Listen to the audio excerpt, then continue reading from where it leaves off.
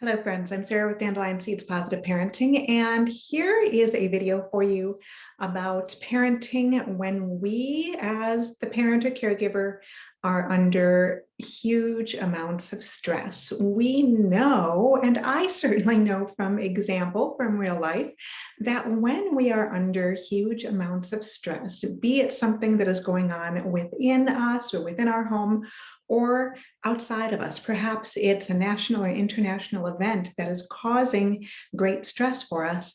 One of the first things to go out the window is gentle parenting.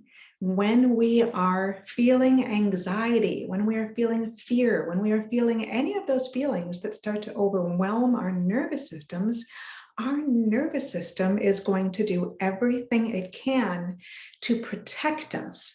This is the good news. The bad news about that is that in doing its job to protect us, it's going to put us on the defensive, or in some cases, put us on the offensive. Our body is perceiving nearly everything as a threat when we are highly stressed. Therefore, when our body is doing its job, it's only natural that our stress is going to come out in some suboptimal ways to those who are nearest and dearest to us, sometimes up to and including our very own children. So what do we do about this? Number one, we give ourselves a whole lot of grace. We can remember my nervous system is doing its job. It's perceiving a lack of safety right now. So my limbic system is going to try to take over. When my limbic system takes over, I literally cannot always think about the ramifications of my words or my actions. I don't always think through other people's perspectives and how my behavior might be making them feel, because literally that part of my brain has been, it's called a prefrontal cortex hijack. That's the technical term for it. And when that part of our brain has been hijacked, it's taken over. It is not allowing itself to do the job that it normally does, which is the things we want to do, thinking about others' perspectives, thinking about the potential effects of the language we're using or the tone we're using with our children. So our body is doing the best it can simply to protect us. So we can give ourselves some grace and say, good job, body, you're doing what you're supposed to be doing. Now, the tricky part is, of course, we don't want to be taking out our stress on our children, on our partners, on our loved ones. We want to be a source of safety for them. So what can we do? A couple of things. Number one is, as I mentioned, we can say, I understand what's going on with my nervous system. When I know my why, I can give myself more grace about it. In fact, case in point, a couple of days ago, some major world news happened and I slept terribly that night. I was worrying, I had anxiety, I felt awful. And the next day, when I pulled myself out of bed, I hadn't slept a wink, and I was fairly atrocious to my daughter. Now, atrocious by my standards might not actually be truly atrocious, but if it is so contrary to what my daughter is used to, it's going to feel very dysregulating to her, and we will end up in a vicious cycle, as we did that day. Now, the tricky thing is the next night, I was still really stressed and I slept horribly again.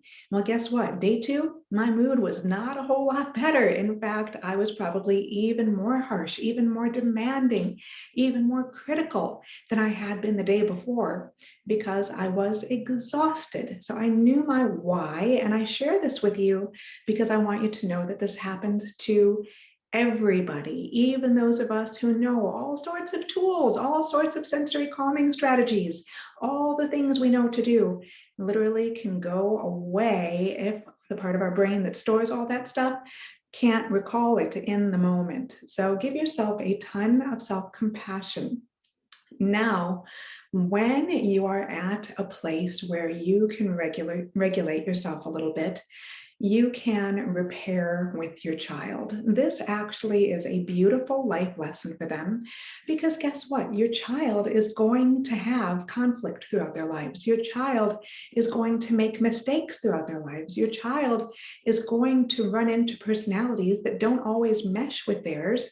And sometimes repair is going to need to happen. So in a way, it is actually a gift to them when we have shown them not only how to really mess things up, because hey, we're all really good at that, right?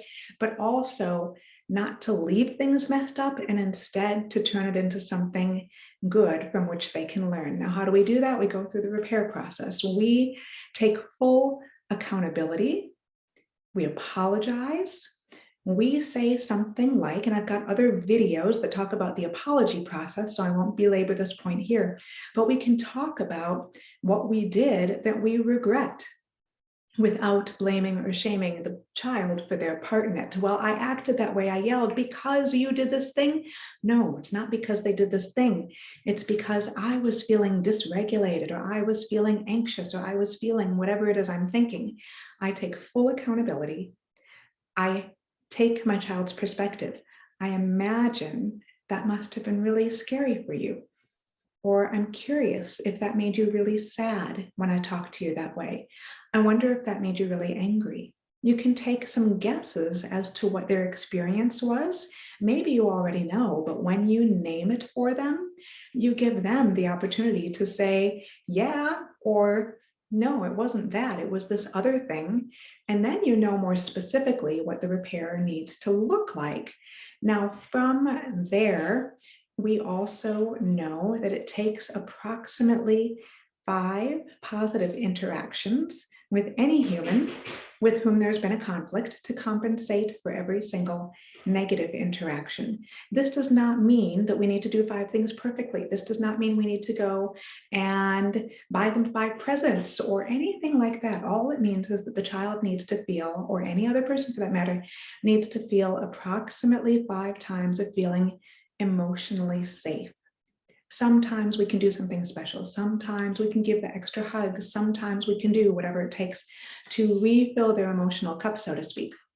And again, I didn't go through the whole apology process here because I've got other videos on that. But essentially, we want to take full accountability without blaming or shaming the child for our own reaction. We are talking only about our part here when we are truly looking to repair with our child. Now, what about this piece that's in the middle? We have been totally dysregulated and we have acted suboptimally as the adult. The repair is over here. Well, what's in the middle? How do we get to the point where we even can repair?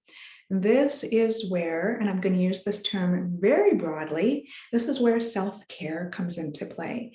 I'm not talking about, oh, you need to go take your spa day. I'm not saying anything like that whatsoever. I don't think I've even had a spa day in as long as I can remember. But I'm talking about, what do I need right now in this moment to feel safe for myself? Why do I keep using this word safety? It's because the nervous system is always seeking safety. That is its end goal. It is to keep us alive and it's to keep us safe. So how can I create a sense of safety within myself? What can I do right this second? And it is hardly ever, if ever, booking a trip away or going out to some fancy dinner or whatever. Those things aren't the reality for most of us almost all the time. So they are the small things that we can do in day-to-day life to help feel regulated. Number one, we can come up with a routine that feels good to us. We can take care of our bodies. We can try to get enough sleep. We can do whatever it is. If it is literally just, I am going to hold my warm cup of tea with both hands and simply do some belly breaths so that I can lean into this moment because I am safe in this moment, that tells your nervous system, I am safe in this moment. And what else can you do? You can do, and again, I've got lots of separate videos about things you can do to keep yourself from getting angry to the point where you express it suboptimally. There are all sorts of sensory processing tools or proprioceptive tools that you can use. So check out some of my other videos on this topic because there are lots of things you can do in the moment. For some people, it is, I'm going to stop and pray. I am going to say, this is bigger than me. I need God to come in and help me with this. And if that is your thing, by all means, do that thing more often. Not just, oh, I'll say my nightly prayers tonight. I'm saying right in this second, if you are feeling unsafe, Draw from divine safety if that resonates with you. If that does not resonate with you, perhaps you do a loving kindness meditation. If you normally do a loving kindness meditation first thing in the morning when you wake up, well, guess what? Do 5 of them today. Do them as often as you need to help bring yourself back to that internal sense of safety. Other ideas I have shared have been things like go out in nature. We know scientifically that the moment we step out in nature, literally the moment we step out, our blood pressure comes down. We can measure this sort of thing. When we go outside and we look at a tree, our blood pressure comes down, our stress level comes down.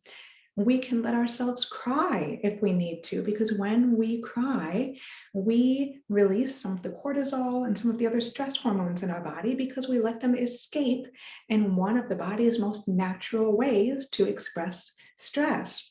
Whatever your thing is, make sure you do it. This is the most basic form of self-care.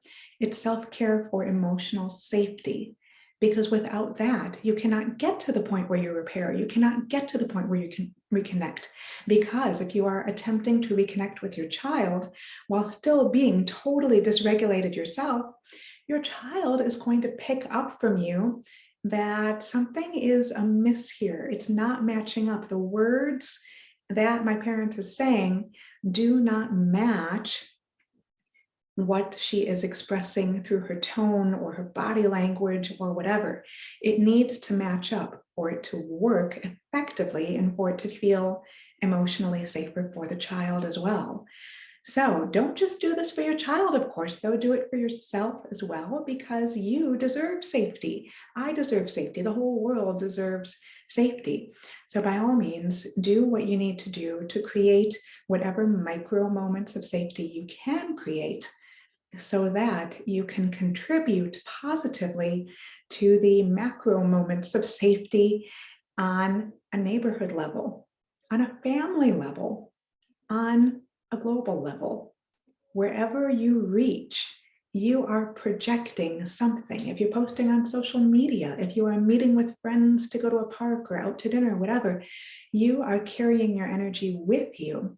So the more you can share energy that is loving and kind and patient, the more you help others co-regulate with you so that you can literally make this inner peace that you are nurturing within yourself, the more you can make that contagious for others. And the more you make that contagious for others, the more they're able to pass that along as well. And when we live in communities or in homes where the peacefulness, the co-regulation has become contagious, the safety then increases.